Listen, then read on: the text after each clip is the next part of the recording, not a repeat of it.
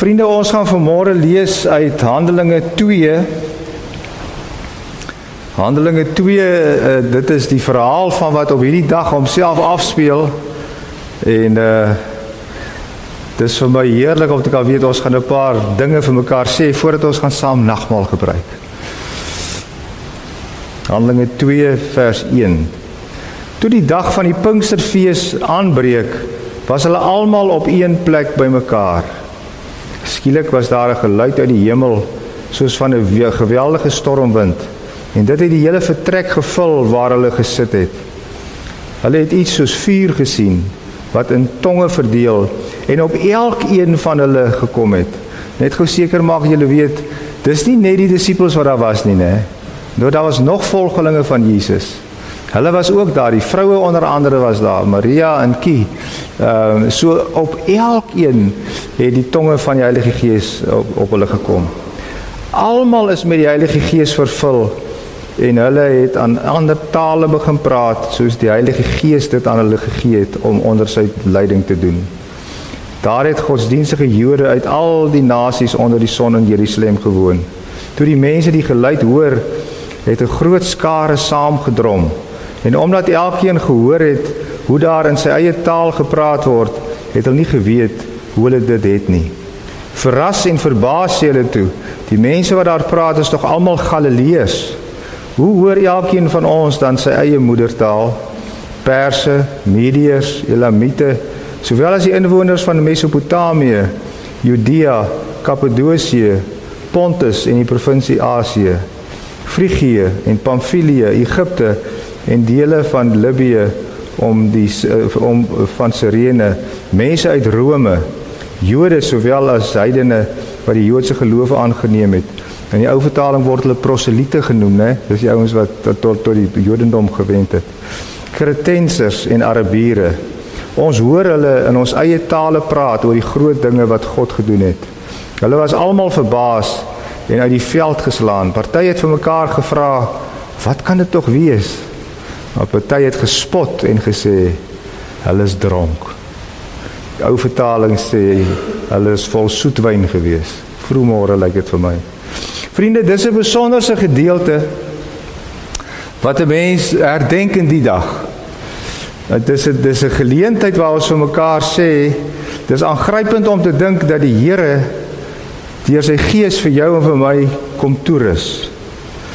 Maar nou kan ek my indink, kom ons dink ons vir 'n oomblik in oor hoe dit vir die ouens, die disippels en die volgelinge, hulle wat daar in die bovertrek by mekaar gekom het, hoe hulle moes gevoel het.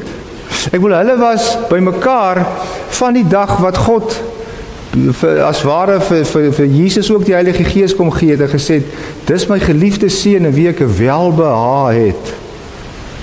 En toe daar 'n klomp mense gesê, maar ons wil hierdie man volg. Hier is iets besonders aan die gang.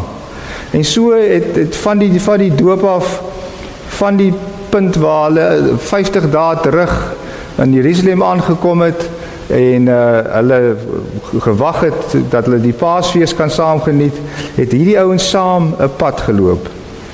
Dink jouself in hoe dit moes gevoel het aan tafel, toe Judas vir Jesus daarso kom amper oorgee aan die magte van die Romeine. En so gaan die storie aan. Hulle sien hom opvaar na die hemel, en nou wag hulle, en as Jesus opgevaar het na die hemel, 10 dae later, speel hierdie dag homself af.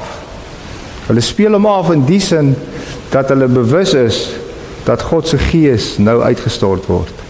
Maar kan jy jou indink, hulle praat van omtrent 70 mense wat bymekaar was, dat hulle vir 10 dae maar net sit, en bid.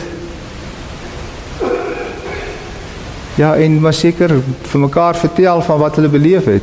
Maar vir 10 dae gebeur dit, en dan lees ons dat die Bybel wat ons nou gelees het, sê, daar's 'n geweldige rukwind, en ewe skielik is daar reaksie, daar's tonge wat op elkeen kom, elkeen ontvang die Heilige Gees, en hulle begin preek, elkeen praat in 'n taal van mense wat daar is. Ek sê altyd vir die mense, met ander woorde, as dit nou in ons tyd was, as dit hier gebeur het met ons vanmôre, sou die mense saamgedrom het daar buite, party ouens sou Khoza gepraat het, party Sotho gepraat het, party Engels gepraat het, party Frans gepraat het, party Italiaans gepraat het. Ek klink soos 'n afslaer, nee. Maar die punt is, dit is hoe dit gewees het. En dan praat hulle nie maar sommer net nonsens nie. Hulle vertel nie wat die dag in die rapport verskyn het nie. Hulle vertel van dit wat hulle beleef het saam met Jesus. Dit wat hulle gesien en gehoor het, want hulle het van die begin af die pad geloop saam met Jesus. En hulle begin vir die mense vertel, vir die Sotho sprekers, vir die Xhosa sprekers, vir die Afrikaans sprekendes, vir die Engels sprekendes. Elkeen hoor in sy taal, wat het Jesus gedoen, hoe hy die dood oorwin het, hoe hulle saam met hom oorwinnaars oor die dood kan wees. En dan begin Petrus preek, ons het dit nou nie gelees nie, Petrus begin preek, en wie van julle onthou, hoeveel mense kom tot bekering? 3000 kom tot bekering. Bekering beteken dit dat hulle die Joodse geloof, of wat se geloof hulle ook al gehad het, los, en die evangelie, die verlossing van Christus aanvaar. 3000 kom tot bekering. En baie van hulle word gedoop ook sommer. Met ander woorde, dit is die begin van die kerk. Want die Gees word uitgestort, sodat mense die evangelie kan gaan leef, en sodat die mense kan oortuig dat God 'n lewende God is, wat in ons woon deur sy Gees. Alles begin 50 dae gelede. Wat gebeur 50 dae voor Pinksterfees? Paasfees. En dis waar die naam Pinkster ook vandaan kom. En dit is eintlik 'n woord in Grieks wat beteken Pentekost, wat 50 beteken, 50 dae voor die uitstorting van die Gees. En dan kom die mense, en dan kom sê hulle vir mekaar, ons is in elk geval hier, vir 'n fees van die nuwe maan. Die fees waarin hulle die eerste deel van die oes, net as 'n dankseggingsgeleentheid vir die Here kom gee. Hulle was in elk geval daar, so daar was meer mense gewees as normaalweg. Die een deel was daar om te kom dankie sê vir die oes. 'n ander deel het kom sê dankie vir die wet wat destyds vir hulle gegee is via Moses, toe hy van Sinaï berg afgekom het. So die mense was daar van vroegdag af al, en hulle het gewag, want hulle het gehoor, die klomp disippels is by mekaar. As 'n mens dink aan God se handeling, as jy dink aan dit wat homself hier afspeel, moet dit nie vir ons 'n verrassing wees nie. Ek het sommer weer gedink aan die storie van die Jode wat vasgevang is as slawe in Egipte. En hoe die Here vir hulle via Moses kon verlos.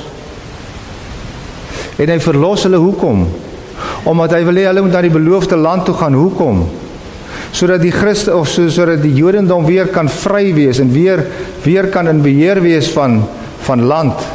So met ander woorde, as die Jode vlug uit Egipte uit, dan is dit God wat op 'n unieke manier sorg. 'n wolkkolom, vuurkolom. Stap om Jerigo mure val, weird goed wat gebeur, vreemd. Maar as God aan die werk is, dan rus hy ons toe om nie net 'n Moses te wees of 'n Joshua te wees nie, maar hy rus ons toe om doodgewoon mense te wees waar hy ons wil gebruik. En so laat gaan hy vir hulle die beloofde land in. En toe ek nou so dink ek, hierdie klomp joetjies was 'n klomp moeilike manne en vroue gewees. Dan kla hulle oor die kos, dan kla hulle oor die water, dan kla hulle dat hulle wil terug gaan Egipte toe. En tog is God die een wat met groot geduld die pad met hulle stap. Pinkster Sondag sê vir ons, God is met sy groot liefde steeds met jou en met my besig. Hy stuur ons gereeld. Hoekom? Sodat ons op 'n radio kan praat. Sodat ons met ons kinders kan praat. Sodat ons met ons kleinkinders kan praat. Sodat ons gemeente van Christus kan wees. Sodat ons kan uitreik na ons tuinman of die dame wat vir ons help in die huis. Mense wat ons naaste is by verskillende tye of geleenthede.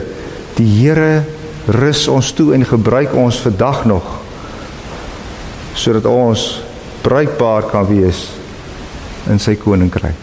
Die probleem is, vriende, en ek het nogal op die woord dommel, en ek het al die woord gebruik, dink ek. Ons is baie keer soos wat ek is, en ek glo dis nou maar net ek. Ons dommel baie keer weg as ons voor die TV sit. Pierie, dommel jy ook baie keer weg? My vrou is uitbekommerd, dan sit ek nou so lekker, my mond hang nie oop as ek wegdommel nie. Maar ek kom partykeer agter my mond hang lekker op, dan mis ek die helfte van die program, en dan, ja, en dat is die deel wat die sin maak nie. Ons is partykeer so met God ook. Ons knik nou in die kerk en sê, ons weet die Heilige Gees rus ons toe, en die Heilige Gees gebruik ons, en die Heilige Gees stuur ons. Maar partykeer dommel ons weg, en as ons besig met die wêreld, ons skryf eksamen. Is julle reg vir die eksamen? Julle mag nie jok in die kerk nie, nee. Ons raak besig met ander goeders, en dan vergeet ons van God wat met ons besig is. En daarom, vandag vier ons Pinksterfees, maar ons sê ook vir mekaar, ons herinner vir mekaar deur die brood en die wyn, dat ons kan weet, die Here is met ons besig. Ek herinner julle weer aan my gunsteling teksgedeelte. Die Gees wat God ons gegee het, maak ons immers nie lafhartig nie, maar vul ons met krag en liefde en selfbeheersing. Vriende, my gebed is, dat ons op hierdie Pinkstersondag dit sal beleef. Dat ons nie sal wegdommel, of sal sê, maar die Heilige Gees is vir ander ouens in ander kerke, of die Heilige Gees vir ander ouens wat baie vromer as ek is nie. God se Gees, as hy destyds by die opstandige Joetjies kon gewees het, daar in Egipte, kan die Here maar by jou en by my ook wees. God se begeerte is dat sy kerk, dat sy koninkryk uitgebrei moet word, en dit mag ons nie vergeet nie. Daar is 'n ander mooi teks, wat ek vir julle wil aan herinner, Johannes 14, en ek sluit af met die teksgedeeltes, want ons moet nog nagmaal ook gebruik. Johannes 14 sê, dit sê ek vir julle, terwyl ek nog by julle bly, en wanneer die Vader in my naam die voorspraak, die Heilige Gees stuur, sal hy julle alles leer, en julle herinner aan alles wat ek vir julle gesê het. Vrede laat ek vir julle na, my vrede gee ek vir julle. Vriende, is dit nie kosbaar nie? Vrede. Ek gee vir julle my vrede en my liefde. Ek gee dit vir julle, sodat julle dit kan uitleef in julle gesinne, in julle huwelike. Ek gee dit vir jou. Hoe lyk dit wat hy vir jou gee? Ek gaan nie dit lees hier, is die ou bekende Galasiërs 5. Dis die vrug wat die Here deur sy Gees vir jou en vir my gee. Nie stukkies van die vrug nie. Hy kom gee die hele vrug. Al daai goed wat daar is, dit kom gee hy vir jou en vir my. God se Gees. Nie my gees nie, God se Gees kom gee dit vir jou en vir my. Ek sluit met die laaste een uit Titus uit. Titus skryf, en dan staan daar, God het deur Jesus Christus, ons verlosser, die Heilige Gees, oorvloedig op ons uitgestort. En as ek dit sê, dan kom die kindertjies met hulle mooi, amper sê krone op hulle kop. Kyk hoe mooi lyk hulle. En dis nou simbolies vir waarmee ons nou besig is. Ons is amper klaar kinders. Die wonder is dat die Here, soos wat hulle nou hulle kroontjies dra, dat ek en jy ook vandag vir mekaar kan sê, die Here kom salf ons met sy Gees. Die Here kom rus vir jou en vir my toe. Hoe beleef ons dit? Ons beleef dit in ons elke dag se doen en late. Ons beleef dit as die Here vir ons stuur en as die Here vir ons gebruik in die wêreld daar buite. Vriende, kom ons sit net so en dan luister ons net na 'n gedeelte van die nagmaalformulier. Ons is bevoorreg om te mag aansit, want die Here Jesus het gesê, elke keer as julle eet en drink, moet julle dink aan my liefde en my versorging vir julle. Die Here het self die nagmaal ingestel, sê die formulier, en daarvan getuig Paulus in Korintiërs 11. Ek het van die Here ontvang wat ek ook aan julle oorgelewer het. Die Here Jesus het in die nag waarin hy oorgelewer is, die brood geneem. Nadat hy God daarvoor gedank het, het hy dit gebreek en gesê, dis my liggaam, dit is vir julle, gebruik dit tot my gedagtenis. Met ander woorde, as ons vandag hierdie broodjie eet en hierdie slukkie wyn of bietjie sap drink, herinner dit vir ons aan Jesus, wat vir jou en vir my gesterf het, en aan God se Gees, wat vir ons herinner gedurig aan dit wat ons hierso beleef.